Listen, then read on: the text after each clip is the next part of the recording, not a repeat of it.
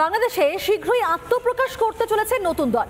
তথাকথিত ছাত্রনেতার খোলস ছেড়ে এবার সরাসরি রাজনীতির ময়দানে নাহিদ ইসলাম, শারজিস আলমরা। তবে অগস্ট আন্দোলনে সেই মেকি উন্মাদনা কিন্তু শেষ।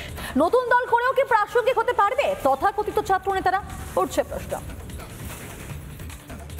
ভারতকে একটি জিনিস বলে দিতে চাই, আপনাদের সাথে আমাদের সম্পর্ক কি হবে সেটা আপনারা আপনাদের কাজের মাধ্যমে নির্ধারণ করবেন। সেই খুনি হাসিনাকে আপনারা আশ্রয় দিয়েছেন। শেখ হাসিনা সেখানে থেকে যদি রাজনৈতিক কর্মকাণ্ড করে এর দায় ভারত সরকারকে নিতে হবে।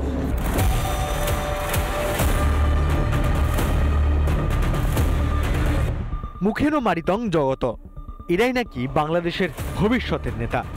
ইউনূসের উপদেষ্টা পরিষদ আলো করে বসেছিল যেসব ছাত্রনেতারা নির্বাচন হওয়ার সম্ভাবনা তৈরি হতেই সরাসরি রাজনীতির ময়দানে তারা। গুপ্তরাষ্ট্রের মদতে ভুয়ো অভ্যুত্থান ঘটানো তথাকথিত ছাত্রনেতারা এবার সরাসরি রাজনীতির ময়দানে। শুক্রবার আত্মপ্রকাশ হবে নতুন দলের। বৈষম্য বিরোধী ছাত্র আন্দোলনের নেতাদের নিয়ে দল থাকছে। হাসিনা বিরোধী আন্দোলনের শরিক জাতীয় নাগরিক কমিটিও। দলটির নেতৃত্বে প্রথমে 4টি পদ ছিল, পরে অন্তর্কলহের জেরে তা বাড়িয়ে 6টি করা হয়। বিএনপি, জামাত ওরাও কি শেষ পর্যন্ত ইউনূসের একক নেতৃত্ব বা কর্তৃত্ব মেনে নিবে? বিএনপি তো এরই মাঝে ইউনূসের বিরুদ্ধে কথা বলতে শুরু করেছে। বাংলাদেশে নির্বাচন করাতেই হবে, তাই সময় থাকতেই রাজনৈতিক দল খুলে তৈরি থাকতে চায় তথাকথিত কোটা বিরোধী ছাত্র আন্দোলনের সদস্যরা।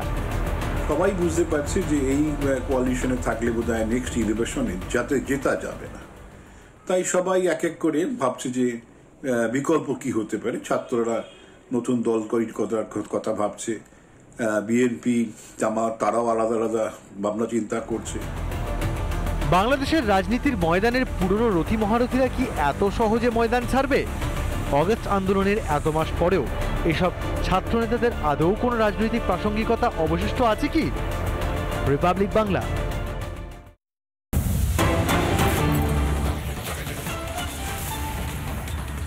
চট্টগ্রাম বাংলাদেশের খবর, একেবারে ওয়ার্ল্ড এক্সক্লুসিভ সেই খবর জানাচ্ছি আপনাদেরকে, যেখানে পদপিষ্ট হয়ে কিন্তু মৃত্যু হয়েছে সীতাকুণ্ডে চন্দ্রধাম ধামে। সেখানে দুর্ঘটনা ঘটেছে চট্টগ্রামের সীতাকুণ্ডে চন্দ্রনাথ ধামে দুর্ঘটনা। পদপিষ্ট হয়ে মৃত্যু 3 জনের। মৃতদের মধ্যে একজন পুরুষ, 2 জন মহিলা। চন্দ্রনাথ ধামে সেখানে 10 থেকে 12 লাখ ভক্তের সমাগম হয় এবং অত্যাধিক ভিড়ে সেখানে পদপিষ্ট হয়ে মৃত্যু হয়েছে, এমনটা কিন্তু খবর পাওয়া যাচ্ছে। বাংলাদেশের চট্টগ্রামে সীতাকুণ্ডে এই চন্দ্রনাথ ধামে শুরু হয়েছে 3 দিন ব্যাপী শিব চতুর্দশী মেলা, আর সেখানেই ঘটে গেছে এই দুর্ঘটনা, যেখানে পদপিষ্ট হয়ে মৃত্যু হলো। অত্যাধিক ভিড়েই পদপিষ্ট হয়ে মৃত্যু, এমনটা কিন্তু এখনো পর্যন্ত খবর পাওয়া যাচ্ছে। চন্দ্রনাথ ধামে সেখানে 10 থেকে 12 লাখ ভক্তের সমাগম হয়, আর অত্যাধিক ভিড়, সেই ভিড়ে গিয়েই পদপিষ্ট হয়ে মৃত্যুর ঘটনা ঘটল।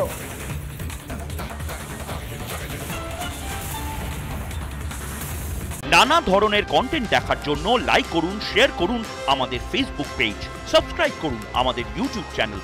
পাশাপাশি অন্যান্য ব্রেকিং নিউজের জন্য অবশ্যই চোখ রাখুন রিপাবলিক বাংলায়।